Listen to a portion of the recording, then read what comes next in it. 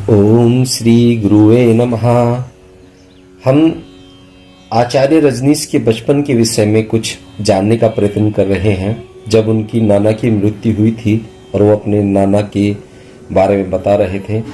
ये उस समय की बात है जब उनके दांतों का इलाज चल रहा था और कुछ लोग उनके आसपास थे, तो इसलिए वो बीच बीच में उनके विषय में भी बातें करते हैं।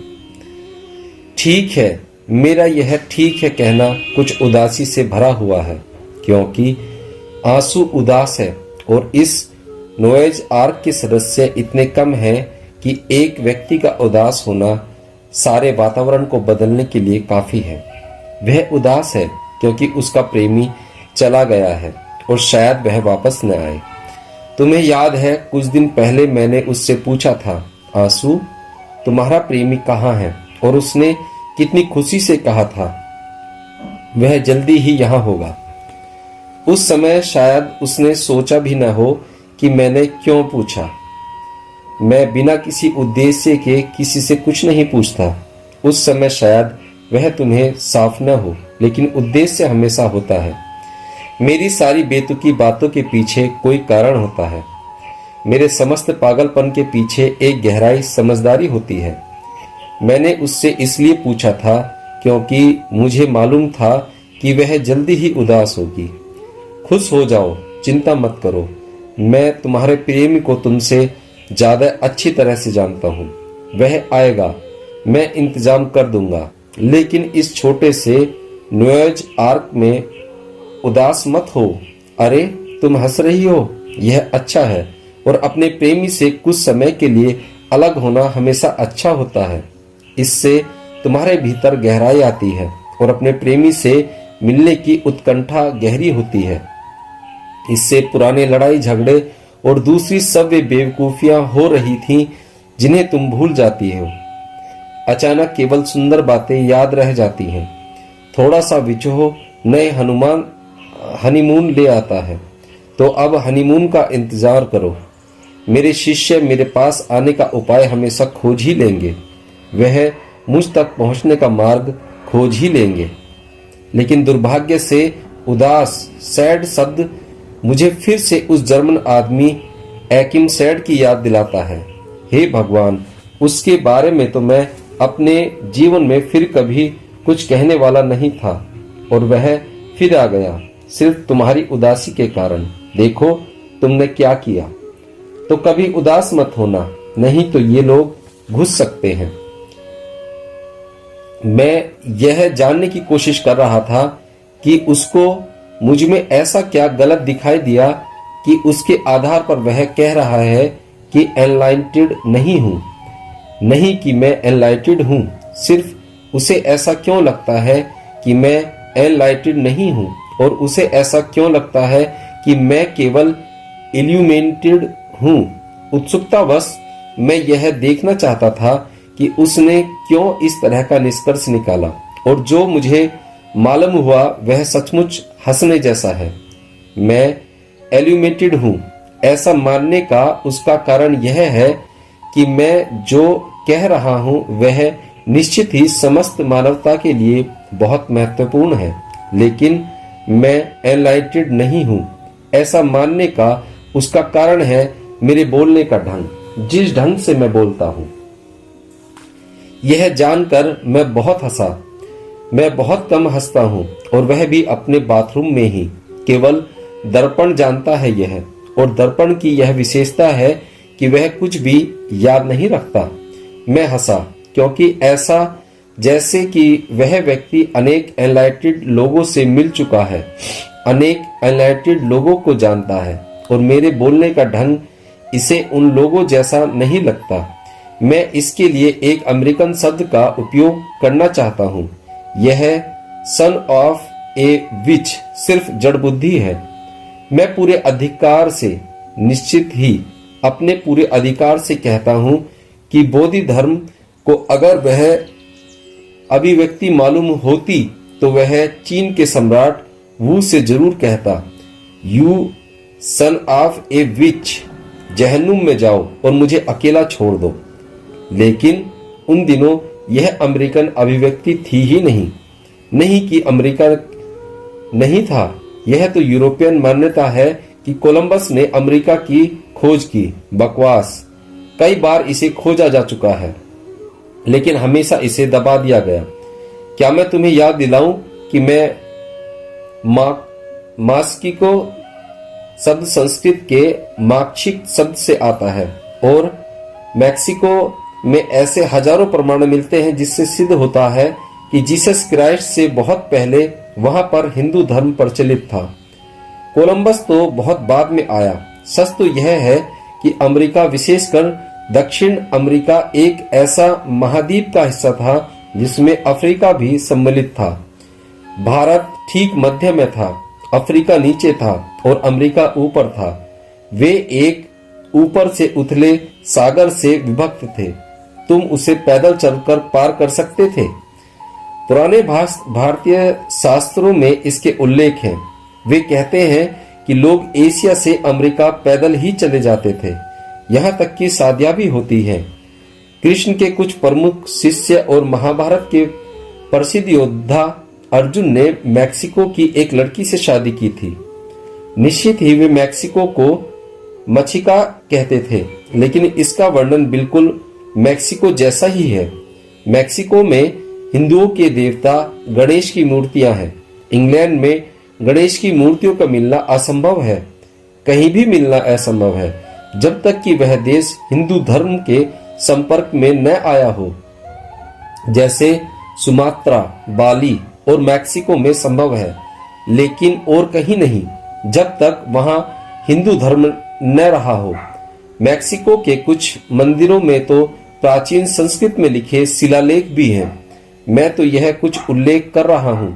अगर तुम इसके बारे में और अधिक जानकारी पाना चाहते हो तो तुम्हें भिक्षु चमनलाल की पुस्तक हिंदू अमेरिका देखनी पड़ेगी, जो कि उनके जीवन भर का शोध कार्य है। यह बड़े आश्चर्य की बात है कि कोई भी उनकी पुस्तक पर ध्यान नहीं देता।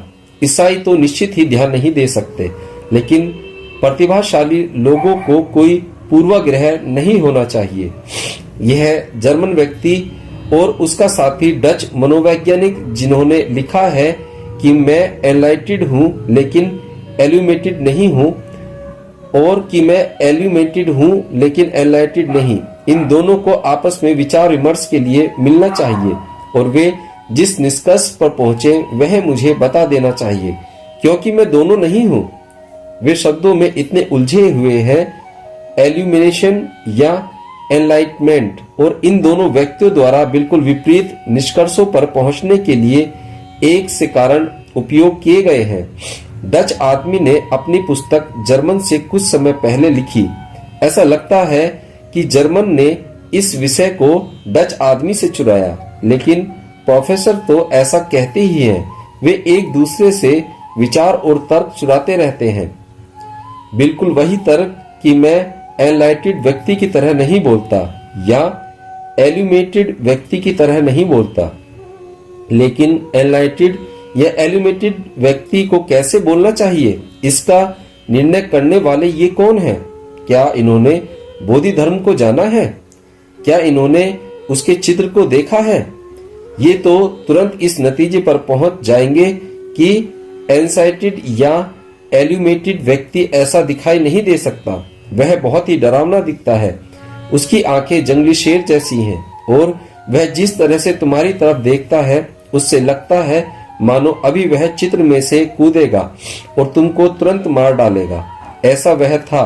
लेकिन छोड़ो बोधि धर्म को, क्योंकि अब 14 सदियां बीत गई हैं। मैं बोधि धर्म को व्यक्तिगत रूप से जानता था। मैंने उसके साथ कम से कम 3 महीने यात्रा की थी। जैसे मैं उसे प्रेम करता था वैसे ही वह मुझसे प्रेम करता था। तुम्हें यह जानने की उत्सुकता होगी कि वह मुझे क्यों प्रेम करता था। वह मुझे इसलिए प्रेम करता था क्योंकि मैंने उससे कभी कोई प्रश्न नहीं पूछा। उसने मुझसे कहा, मुझे मिलने वालों में तुम ऐसे पहले व्यक्ति हो जो कोई प्रश्न नहीं पूछता और मैं प्रश्नों से सिर्फ ऊबता हूँ। तुम एकमात्र व्यक्ति हो जो मुझे बोर नहीं करते। मैंने कहा, इसका एक कारण है। उसने पूछा, क्या कारण है? मैंने कहा, मैं केवल उत्तर देता हूँ। मैं कभी प्रश्न नहीं पूछता। अगर तुम्हारे पास कोई प्रश्न हो तो तुम मुझसे पूछ सकते हो। अगर तुम्हारे पास कोई प्रश्न नहीं है तो अपना मुंह बंद रखो। हम दोनों हंसे क्योंकि हम दोनों एक जैसे पागल थे। उसने मुझे उसके साथ यात्रा जारी रखने को कहा, लेकिन मैंने कहा मुझे माफ करो, मुझे अपने रास्ते जाना है और अब वह तुम्हारे रास्ते से अलग होता है। हम दोनों हंसे। वह भरोसा न कर सका। उसने इससे पहले अपने साथ चलने के लिए कभी किसी को नहीं कहा था। वह वही आदमी था जिसने उस जमाने के सबसे बड़े साम्राज्य के महान चीनी सम्राट वू को भी इनकार कर दिया था। जैसे कि वह भिखारी हो। बोधि धर्म को भरोसा नहीं आया कि मैंने उसके निमंत्रण को अस्वीकार कर दिया है। मैंने कहा, अब तुम्हें मालूम हुआ कि अस्वीकृत होने पर कैसा लगता है। मैं तुम्हें इसका स्वाद देना चाहता था। अलविदा। लेकिन यह 1400 साल पहले की बात है। इस जर्मन व्यक्ति को मैं कुछ आधुनिक उदाहरण भी देना चाहता हूँ। गुरजेफ, जो अभी कुछ वर्ष पहले जीवित था, इसे गुरजेफ को देखना चाहिए था और तब उसको पता चलता कि एनलाइटेड या एल्यूमेटेड व्यक्ति कैसे बोलता है, कैसे व्यवहार करता है। ऐसा कोई शब्द न था जो गुरजेफ उपयोग न करता हो और निश्चित ही वे शब्द उसकी पुस्तकों में न लिखे थे, अन्यथा कोई उन्हें प्रकाशित ही न करता। या अगर उसे सिर्फ भारतीय बुद्धत्व से प्रयोजन है जो इन मूर्खों को प्रभावित करने लगता है, अन्यथा भारत का इससे क्या लेना देना है। बुद्धत्व तो सभी जगह घटा है, लेकिन अगर इसे केवल भारतीय बुद्धत्व से ही प्रयोजन है तो रामकृष्ण तुम्हारे बहुत निकट हैं।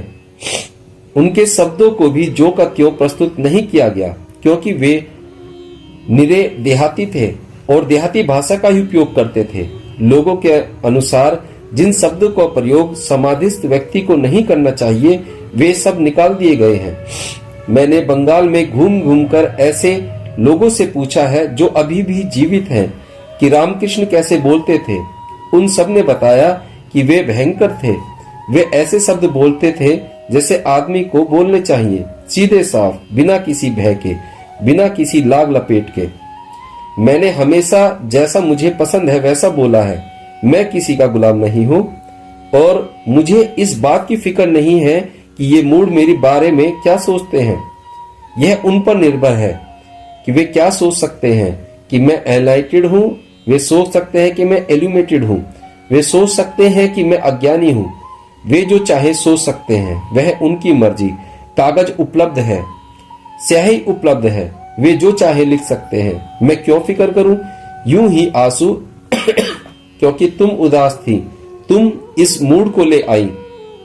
फिर कभी उदास मत होना, क्योंकि अगर तुम हुई तो मैं इस मूड को ले आऊंगा और तुम जानती हो कि मैं कहीं से भी कुछ भी ला सकता हूँ, यहाँ तक कि कहीं नहीं से भी। अब हम इस जर्मन से और उदासी से मुक्त हुए। ठीक है, थोड़ा हंसो तो।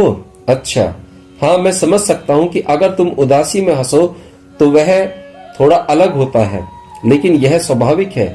मेरे सन्यासियों को स्वाभाविक से थोड़ा ऊपर उठना सीखना है। उन्हें ऐसी बातें सीखनी है जिनकी परवाह इस साधारण दुनिया में कोई नहीं करता। विरह का अपना सौंदर्य है, वैसे ही जैसे मिलन का। मुझे तो विरह में कोई बुराई नहीं दिखाई देती। विरह का अपना काव्य है, केवल तुम्हें उसकी भाषा सीखनी है और तुम्हें उसकी गहराई में जीना है। तो उदासी से अपने आप ही एक नई प्रकार की खुशी प्राप्त होती है, जो एकदम असंभव लगता है, लेकिन ऐसा होता है। मैंने इसे जाना है। आज सुबह मैं इसी की बात कर रहा था। मैं अपने नाने की मृत्यु के बारे में बात कर रहा था। वह हमेशा के लिए बिछड़ना था, हम दोबारा नहीं मिलेंगे। फिर भी इसमें एक सौंदर्य था और उन्होंने मंत्र जाप से इसे और सुंदर बना दिया। उन्होंने इसे और प्रार्थनापूर्ण बना दिया। इसमें सुगंध आ गई। वे बूढ़े थे और मर रहे थे, शायद जबरदस्त हार्ट अटैक से। हमें इसके बारे में कुछ पता न था, क्योंकि गांव में कोई डॉक्टर ही नहीं था, कोई दवा की दुकान तक न थी, तो हमें उनकी मृत्यु का कारण नहीं मालूम। लेकिन मैं सोचता हूँ कि वह जबरदस्त हार्ट अटैक था। मैंने उनके कान में पूछा, नाना, विदा होने से पहले क्या आप मुझे कुछ कहना चाहते हैं, कोई अंतिम शब्द, या आप मुझे कुछ देना चाहते हैं जो सदा आपकी याद दिलाता रहे? उन्होंने अपनी अंगूठी निकालकर मेरे हाथ में रख दी। वह अंगूठी अब किसी सन्यासी के पास है। मैंने वह किसी को दे दी, लेकिन वह अंगूठी हमेशा एक रहस्य थी। वे बार बार उस अंगूठी के भीतर देखते रहते थे, लेकिन अपने पूरे जीवन में उन्होंने कभी किसी को देखने दिया कि उसके भीतर क्या है। उस अंगूठी में दोनों ओर कांच की खिड़की थी, जिसमें से देखा जा सकता था। ऊपर एक हीरा लगा हुआ था और दोनों ओर कांच की खिड़की थी। उन्होंने कभी किसी को देखने नहीं दिया कि वे खिड़की से क्या देखते रहते थे। भीतर जैन तीर्थंकर महावीर की एक बहुत छोटी लेकिन बहुत सुंदर मूर्ति थी। अंदर महावीर की बहुत ही छोटी मूर्ति रही होगी, और वे दोनों खिड़कियां मैग्नीफाइंग ग्लासेस थी, जिसके कारण वह बहुत बड़ी दिखाई देती थी। वह मेरे किसी काम की न थी, क्योंकि मैंने अपनी पूरी कोशिश की, लेकिन मुझे अफसोस है कि मैं कभी भी महावीर से उतना प्रेम नहीं कर सका जितना मैं बुद्ध से करता हूं। यद्यपि वे दोनों समकालीन थे, महावीर में कुछ कमी है और उसके बिना मेरा हृदय उनके लिए नहीं धड़क सकता। वे बिल्कुल पत्थर की मूर्ति जैसे दिखाई देते हैं। बुद्ध अधिक जीवंत दिखाई देते हैं, लेकिन मेरे स्तर की जीवंतता तक नहीं। इसलिए मैं चाहता हूं कि वे जोरबा भी बने। अगर कभी वे मुझे परलोक में कहीं मिले तो बड़ी मुश्किल होने वाली है। वे मुझ पर जोर से चिल्लाएंगे, तुम चाहते थे कि मैं जोरबा बन जाऊं, लेकिन तुम जानते हो कि मुझे और भी जोर से चिल्लाना आता है। वे मुझे चुप नहीं करा सकते। मेरा तो अपना ही रास्ता होने वाला है। अगर वे जोरबा नहीं बनना चाहते तो वह अपनी मर्जी, लेकिन फिर उनकी दुनिया समाप्त हुई। उनका कोई भविष्य नहीं है। अगर वे अपना भविष्य चाहते हैं तो उनको मेरी बात सुननी पड़ेगी। उन्हें जोरबा बनना पड़ेगा। न तो जोरबा अकेले बच सकता है, वह हिरोशिमा में समाप्त हो जाएगा। न ही बुद्ध अकेले बच सकते हैं। भविष्य में दोनों के अलग अलग बचने की कोई संभावना नहीं है। मनुष्य के भावी मनोविज्ञान को अध्यात्म और भौतिकवाद, पूर्व और पश्चिम के बीच एक सेतु होने की जरूरत है। किसी दिन संसार मेरा आभार मानेगा कि मेरा संदेश पश्चिम पहुंच रहा है। अन्यथा आज तक तो मुमुक्षु पूर्व जाते रहे हैं, लेकिन इस बार एक जीवित बुद्ध का संदेश पश्चिम में पहुंचा है। पश्चिम नहीं जानता कि बुद्ध को कैसे पहचाने, क्योंकि उसने कभी किसी बुद्ध को जाना ही नहीं। उसने आंशिक बुद्धों को जाना है, जीसस को, पाइथागोरस को, डायोजनीज को। उन्होंने कभी किसी समृद्ध बुद्ध को नहीं जाना। यह आश्चर्यजनक नहीं है कि वे मेरे बारे में वाद विवाद कर रहे हैं। क्या तुम्हें मालूम है कि भारतीय समाचार पत्रों में वे क्या छाप रहे हैं? वे एक कहानी छाप रहे हैं कि शायद दुश्मनों ने मेरा अपहरण कर लिया है और मेरा जीवन खतरे में है। अब मैं यहाँ पर हूँ और उनको मुझसे कोई मतलब नहीं है।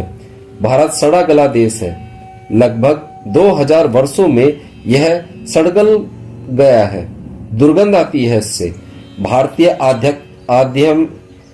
आध्यात्मिकता से अधिक दुर्गंध और किसी चीज से नहीं आती। यह लाश है और बहुत पुरानी लाश है, 2000 वर्ष पुरानी। लोग भी कैसी कहानियां गढ़ लेते हैं। शायद मेरे दुश्मनों ने मेरे अपहरण कर लिया है और अब मेरा जीवन खतरे में है। सच तो यह है कि पिछले 50 वर्षों से लगातार मेरा जीवन खतरे में है।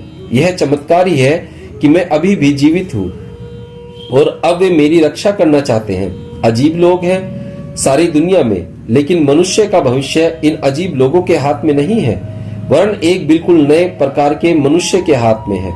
और इसे नए तरह के मनुष्य का नाम मैंने जोरबादी बुद्धा रखा है। मैं तुमसे कह रहा था कि मेरे नाना के मृत्यु से पहले अपने सर्वाधिक प्रिय वस्तु मुझे दी, महावीर की मूर्ति, जो अंगूठे में हीरे के पीछे छिपी हुई थी।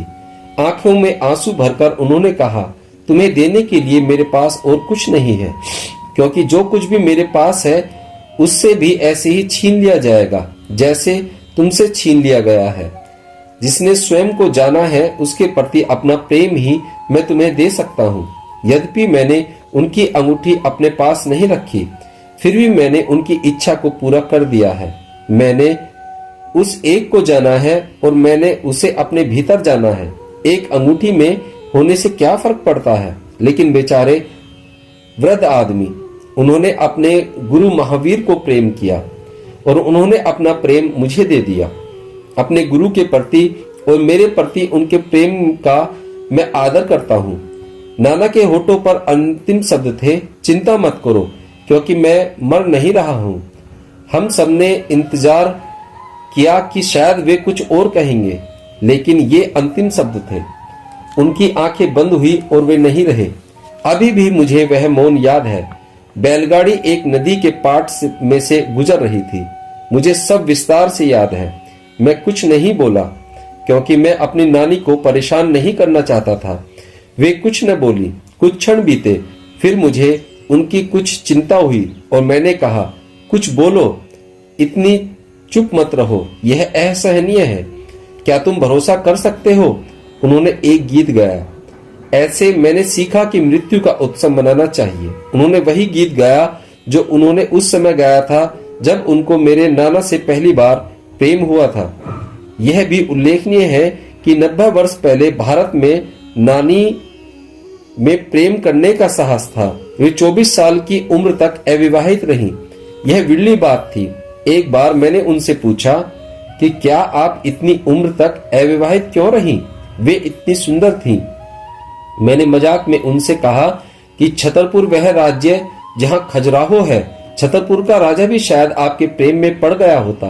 वे बोली, आश्चर्य है, तुमने यह बात कैसे कही? क्योंकि वह मेरे प्रेम में पड़ गया था। लेकिन मैंने उसे इनकार कर दिया, और केवल उसको ही नहीं और बहुतों को भी। उन दिनों भारत में लड़कियों की शादी 7 साल की उम्र में या ज्यादा से ज्यादा 9 साल की उम्र में हो जाती थी। प्रेम का भय, अगर वे बड़ी हुई तो शायद वे प्रेम में पड़ जाएं। लेकिन मेरी नानी के पति कवि थे। मेरी नानी के पिता कवि थे। उनके गीत अभी भी खजुराहो तथा आसपास के गांवों में गाए जाते हैं। उन्होंने जोर दिया कि जब तक वह राजी नहीं होती तब तक वे उसकी किसी से शादी नहीं करेंगे। संयोग से नानी का प्रेम मेरे नाना से हो गया। मैंने उनसे पूछा, यह और भी आश्चर्य की बात है कि आपने छतरपुर के राजा को तो इनकार कर दिया और इस गरीब आदमी के प्रेम में पड़ गई। किस लिए? निश्चित ही वे कोई सुंदर आदमी तो नहीं थे और न किन्हीं और अर्थों में असाधारण थे। तुम उनके प्रेम में क्यों पड़ी? उन्होंने कहा, तुम गलत प्रश्न पूछ रहे हो। प्रेम में क्यों नहीं होता? मैं सिर्फ उनको देखा और बस कुछ हो गया। मैंने उनकी आंखें देखी और मुझ में एक गहन विश्वास पैदा हुआ, एक अटूट विश्वास जो आज तक डामाडोल नहीं हुआ। मैंने अपने नाना से भी पूछा था। नानी कहती है कि उनको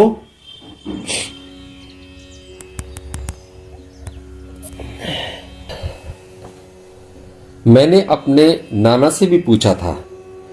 नानी कहती है कि आपको उनसे प्रेम हो गया था। उनकी तरफ से तो ठीक है, लेकिन आपको विवाह के लिए तैयार हो गए। उन्होंने कहा, मैं कवि या विचारक नहीं हूं, लेकिन मैं सौंदर्य को देखूं तो उसे पहचान सकता हूं। मैंने अपनी नानी से अधिक सुंदर स्त्री कभी नहीं देखी। मैं स्वयं उनके प्रेम में था और उनके जीवन उनसे बहुत प्रेम करता रहा। 80 साल की अवस्था में जब उनकी मृत्यु हुई तो मैं तुरंत घर पहुंचा। वहां वे लेटी हुई थी, मृत। सब लोग मेरा इंतजार कर रहे थे क्योंकि नानी ने उनसे कहा था कि जब तक मैं न पहुंच जाऊं तब तक उनका अंतिम संस्कार न किया जाए, और उन्होंने जोर देकर कहा था कि उनकी चिता को मैं ही अग्नि दूं। तो वे मेरा इंतजार कर रहे थे। मैं अंदर गया और उनके चेहरे पर से कपड़ा हटाया और वे अभी भी सुंदर थीं। असल में पहले से भी सुंदर, क्योंकि सब बिल्कुल शांत था। जीवन की भागदौड़ समाप्त हो गई थी। श्वास की हलन चलन भी बंद हो गई थी। वे केवल उपस्थिति मात्र थी। उनकी चिता को आग देना मेरे जीवन का सबसे कठिन काम था। यह वैसा ही था जैसे कि मैं वानसाक के सबसे सुंदर चित्र को आग लगा रहा हूं। निश्चित ही मेरे लिए वे मोनालिसा से भी अधिक मूल्यवान थी, क्लियोपैट्रा से भी अधिक सुंदर थी। यह कोई अतिशयोक्ति नहीं है। सौंदर्य की जो परख मेरे भीतर है वह उन्हीं की देन है। मैं जो हूं, जैसा हूं, वैसा होने में उन्होंने सब तरह से मेरी मदद की है। उनके बिना मैं शायद एक दुकानदार होता या डॉक्टर या इंजीनियर होता, क्योंकि जब मैंने अपनी मैट्रिक की परीक्षा पास की तो मेरे पिता इतने गरीब थे कि मुझे विश्वविद्यालय भेजना उनके लिए कठिन था। लेकिन मुझे विश्वविद्यालय भेजने के लिए वे कर्ज तक लेने को तैयार थे। उनका पूरा आग्रह था कि मैं विश्वविद्यालय जाऊं। मैं भी जाना चाहता था, लेकिन मेडिकल कॉलेज नहीं जाना चाहता था और इंजीनियरिंग कॉलेज भी नहीं जाना चाहता था। मैंने डॉक्टर या इंजीनियर बनने से साफ मना कर दिया। मैंने उनसे कहा, अगर आप सच जानना चाहते हैं तो सच तो यह है कि मैं सन्यासी बनना चाहता हूँ, एक घुमक्कड़। उन्होंने कहा, क्या एक घुमक्कड़? मैंने कहा, हाँ, मैं विश्वविद्यालय दर्शन शास्त्र फिलॉसफी पढ़ने जाना चाहता हूँ ताकि मैं एक दार्शनिक घुमक्कड़ बन सकूं। वे मना करते हुए बोले, इसके लिए तो मैं कर्ज और इतनी झंझट नहीं लूंगा। मेरी नानी ने कहा, बेटा तुम फिक्र न करो, तुम जाओ और जो करना चाहते हो करो। मैं जिंदा हूँ, मैं अपना सब कुछ बेचकर भी तुम्हारी इच्छा पूरी करूंगी। मैं तुमसे कभी नहीं पूछूंगी कि तुम कहाँ जाना चाहते हो और क्या पढ़ना चाहते हो। उन्होंने कभी नहीं पूछा और वे बराबर मुझे पैसे भेजती रहीं। तब भी जब मैं प्रोफेसर बन गया, मुझे उन्हें कहना पड़ा कि अब तो मैं स्वयं कमा रहा हूँ और अब तो मुझे उनके पैसे भेजने बंद कर देने चाहिए। उन्होंने कहा, चिंता मत करो, इस पैसे का मेरे लिए कोई उपयोग नहीं है और तुम इसका बेहतर उपयोग कर रहे होगे। लोग आश्चर्य करते कि इतनी किताबें खरीदने के लिए मेरे पास इतना पैसा कहां से आता है, क्योंकि मेरे पास हजारों पुस्तकें थीं। जब मैं हाई स्कूल में पढ़ता था उस समय भी मेरे घर में हजारों पुस्तकें थी। मेरा सारा घर पुस्तकों से भरा हुआ था और सब आश्चर्य करते थे कि मेरे पास पैसा कहां से आता है। मेरी नानी ने मुझसे कहा हुआ था, कभी किसी को मत बताना कि तुमको मुझसे पैसे मिलते हैं, क्योंकि अगर तुम्हारे माता पिता को पता लग गया तो वे भी मुझसे पैसे मांगना शुरू कर देंगे और मेरे लिए इनकार करना मुश्किल होगा।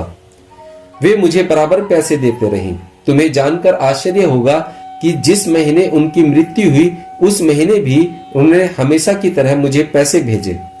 जिस दिन उनकी मृत्यु हुई उस सुबह उन्होंने चेक पर हस्ताक्षर किए थे और तुम्हें यह जानकर और भी आश्चर्य होगा कि वह अंतिम रकम थी उनके बैंक में। शायद किसी तरह उन्हें मालूम था कि अब कोई कल नहीं होगा। मैं अनेक प्रकार से भाग्यवान हूँ, लेकिन ऐसे नाना नानी पाने के लिए विशेष भाग्यवान हूँ और वे अधिक आरंभिक वर्ष